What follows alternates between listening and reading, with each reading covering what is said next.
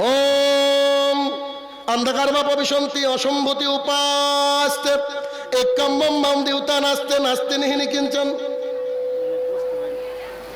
मंत्र ठीक तेमन करे এবার একজন ঠাকুর সাহেব কি করেছে সামনে দুর্গা প্যান্ডেল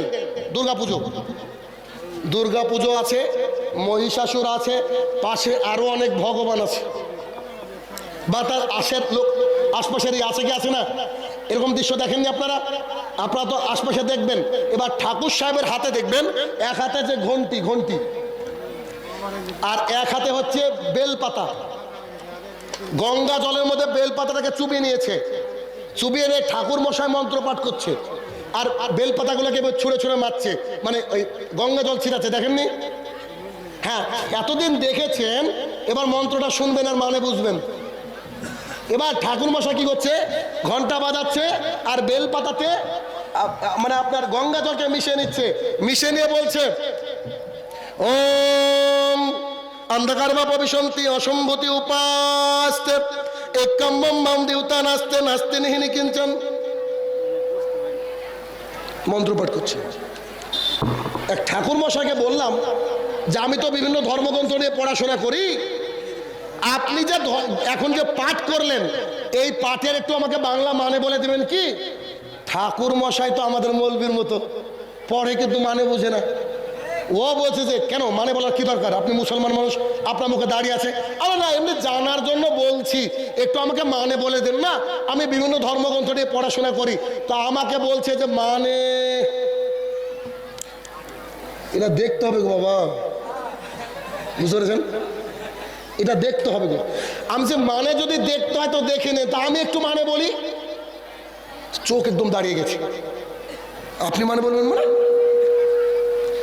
আমি মন্ত্র পাঠ করলাম আর আপনি মানে বলবেন মানে আমি বলি না একটু শুনেন আপনি বাড়িতে মিলিয়ে নেবেন বলেন अंधकार विशंति ওই সব লোক আরো বেশি অন্ধকারের দিকে যাচ্ছে অসম্ভূতি যারা নিজে হাতে বানিয়ে উপাস্তে পুজো করে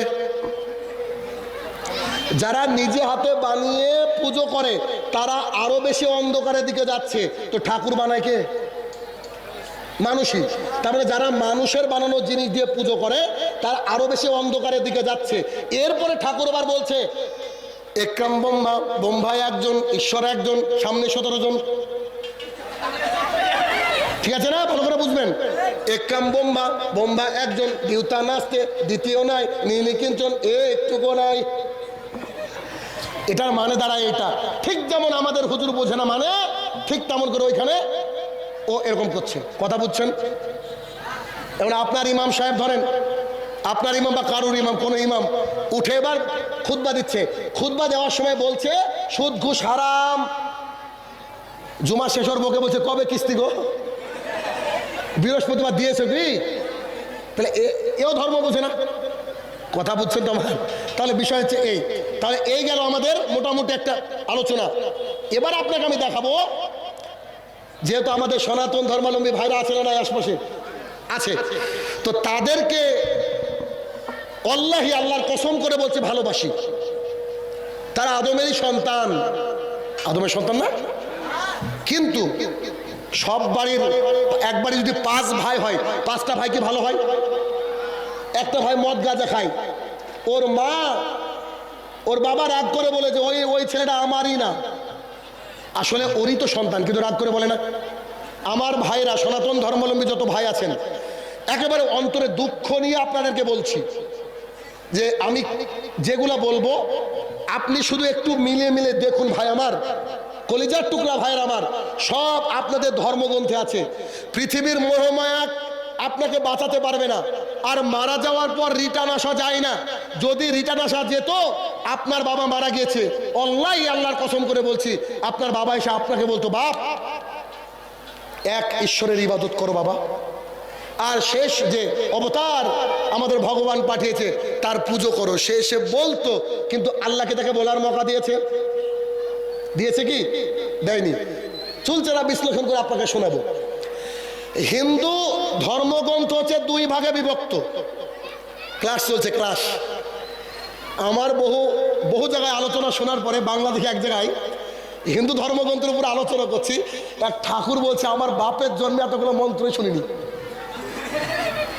আসলে পড়াশোনার দরকার আছে ভাই, কারণ 500 টাকা জাল না ঠিক এটা আমরা চিনি, কিন্তু ধর্মের ব্যাপারে দেখেন আমরা জানি না, ঠিক না? এটা আমাদেরকে ভাই জানতে হবে। পরিত্রাণ পাওয়ার জন্য কি করতে হবে? অবশ্যই কি করতে হবে? জানতে হবে। একটা হচ্ছে শ্রুতি আর আরেকটা হচ্ছে স্মৃতি, দুই ভাগে বিভক্ত হিন্দু ধর্মগ্রন্থ। শ্রুতি আর কি স্মৃতি। এই যে শ্রুতি, এই শ্রুতি মানে হচ্ছে যেগুলা প্রকাশিত হয়েছে। হিন্দু ধর্মের পণ্ডিতগণ মনে করে শ্রুতি হচ্ছে ভগবানের তরফ থেকে পাঠানো কিতাব। কোরআনটা কে পাঠিয়েছে? আল্লাহ তাআলা। তো আমাদের হিন্দু ভাইরা মনে করে যে শ্রুতি যেগুলা সেগুলা সরাসরি ভগবান পাঠিয়েছেন, মানে আল্লাহ পাঠিয়েছেন, তারা মনে করে। এই শ্রুতি আবার দুই ভাগে বিভক্ত।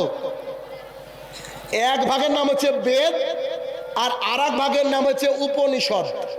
এই দুটো শুনেছেন, বেদ আর উপনিষদ। বেদ হচ্ছে 4খানা, ঋগ্বেদ, সামবেদ, যজুর্বেদ, অথর্ববেদ। এটা হচ্ছে 4খানা বেদ। আর এরপরে আছে উপনিষদ। উপনিষদ হচ্ছে 108খানা। কথা বুঝছেন আমার? তাহলে শ্রুতি যেটা শুনে শুনে মুখস্থ করা হয়, প্রকাশিত হয়ে গেছে, ঈশ্বর দ্বারা প্রেরিত, ভাইরা মনে করে এই শ্রুতির মধ্যে রয়েছে বেদ, 4খানা ঋক্সাম, যজু, অথর্ব এবং 108খানা উপনিষদ রয়েছে। বড় বড় ঠাকুরদের কথা এগুলা, মানে পিএইচডি করা ঠাকুর। আর তারপরে হচ্ছে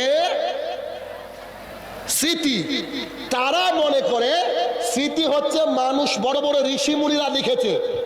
আর এই স্মৃতি মানে কি করে কি করতে হবে তার দলিল দলাইল সব এখানে আছে। তার মানে আমরা যেমন সালাত আদায় করি, তারা কি করে পুজো করবে কি করবে না, সব জীবন কি করে পরিচালিত হবে, দেশ কি করে পরিচালিত হবে, রাষ্ট্র সমাজ কি করে পরিচালিত হবে, কি খেতে পাবে কি খেতে পাবে না, সমস্ত বিধিনিষেধকে বলা হয় শ্রুতি। এই শ্রুতির মধ্যে রয়েছে যে পুরাণ। এই পুরাণ আবার 18 ভাগে বিভক্ত। কত ভাগ জানি না, তো মনে থাকবে নাকি আপনাদের? 18 ভাগে বিভক্ত হলো। এই 18 ভাগের মধ্যে একটা পুরাণের নাম হচ্ছে ভবিষ্য পুরাণ। এটা মুখস্থ রাখতে হবে আপনাদেরকে। কি কি পুরাণ? ভবিষ্য পুরাণ। তো 18টা ভাগের পুরাণের মধ্যে একটা পুরাণের নাম হচ্ছে ভবিষ্য পুরাণ। এই ভবিষ্য পুরাণের 3 নম্বর পুরাণ, 3 নম্বর খণ্ড, 3 নম্বর অধ্যায়ের 5 এবং 6 নম্বর শ্লোক। 3-3-3-এর 5 এবং 6 নম্বর শ্লোক। যদি না পাওয়া যায় শাইনুর রহমানকে জবাই করবেন, প্রস্তুত আমি। কিন্তু যদি পাওয়া যায় একটু রাত্রিবেলায় বালিশটা নিয়ে ভাবিয়েন কি কথা বলে গেলাম। কথা বলছি না ভাই?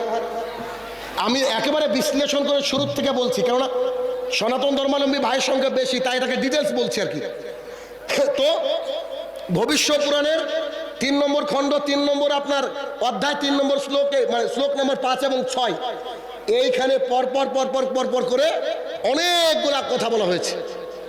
অনেকগুলা কথা বলা হয়েছে। এই কথাগুলো আমাদের ভাইদেরকে অবশ্যই কি করা উচিত? মেনে নেওয়া উচিত। তো এখন আমাদের রাসূল সাল্লাল্লাহু আলাইহি ওয়াসাল্লামের নাম যদি অন্য কোনো ধর্মগ্রন্থে পাই তাহলে ভালো লাগবে না আমাদের? এবং আমাদের সনাতন ধর্মাবলম্বী ভাইরা উচিত কিনা? কি উচিত কিনা? সবারই উচিত এগুলোকে কি করা? মেনে নেওয়া। শ্লোকটা কি? শ্লোকটা পড়ছে আগে দেখেন। শ্লোকটা হচ্ছে মোহাম্মদ ইতিখ্যাত, নাম একটা পরিচিত মনে হলো না? পরিচিত নাম পেয়েছেন কি পাননি? পড়ি। মোহাম্মদ ইতিখ্যাত শিষ্য শাখা সমন্বিত নিপশ্চাৎ মহাদেব মরুস্থল নিবাসী নব। এটা মন্ত্র, কিছু করার নাই জনাব, যা আছে তা তোমাকে বলতে হবে। তো শুরুতে তো নাম পেয়ে গেলে আপনি তো বুঝে গিয়েছেন কি। আমি আপনাকে এক একে কেটে কেটে মানে বলছি, এবং শ্লোক এদিকে দিকে হবে না। প্রথমটা কি বলা হচ্ছে? বলা হচ্ছে যে মোহাম্মদ ইতিখ্যাত। মোহাম্মদ নামে আমরা বলি সাল্লাল্লাহু আলাইহি ওয়াসাল্লাম, এটা সম্মান দেওয়ার জন্য বলতে হবে। আমাদের অন্তরন্ত বলছে, যেহেতু এখানে আমাদেরকে বুঝতে হবে। মোহাম্মদ ইতিখ্যাত, মোহাম্মদ সাল্লাল্লাহু আলাইহি ওয়াসাল্লামের নামে একজন বিখ্যাত ব্যক্তি আসবে।